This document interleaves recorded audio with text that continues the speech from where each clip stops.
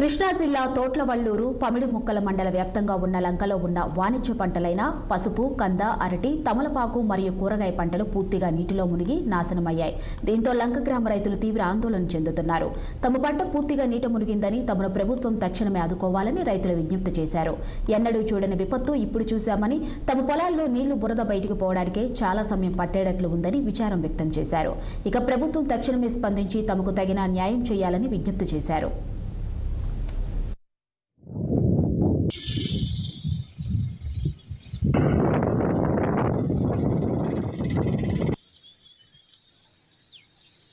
మేము బొప్పాయి తోట 2 ఎకరాలు వేసామండి. 2 ఎకరాలకు వచ్చి ఎకరానికి ₹1,00,000 దాకా అయిందండి ఖర్చు. ఇప్పుడే కోత మొదలైందని కాసిన కోసాము. ఈలోపు ఏరొచ్చింది, మునిగిపోయింది. పనికిరాదండి. ఇక తోటకే ఇక చచ్చిపోయిందండి నీరు పోగానే. ఇక ఏమన్నా గవర్నమెంట్ ఆదుకుంటే మాకు ఇది విత్తనాలకైనా ఇది మామూలుగా డబ్బు ఏదైనా ఇస్తే మళ్ళీ ఏదైనా పైరు వేసుకోవడానికి అవకాశం ఉంటుందండి. రైతు దగ్గర ఇంత మటుకు పెట్టుబడి కానీ ఆదాయం ఏం రాలేదు ఇంత మటుకు బయటికి. మాకు ఈలోపే ఏరే వచ్చేసింది. అన్నీ పెట్టుబడి మీదే ఉండయి. ఇది కౌలేనండి చేసేది. ప్రభుత్వం ఏమైనా ఆదుకుంటే ఇవన్నీ బయట వేయాలి కదా.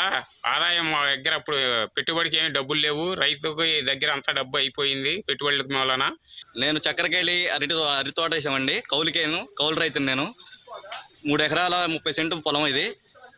కనీసం దీనికి ₹1,20,000 ఖర్చు అయిందండి. పిండికి కానీ మొక్క నుంచి పెంచడానికి.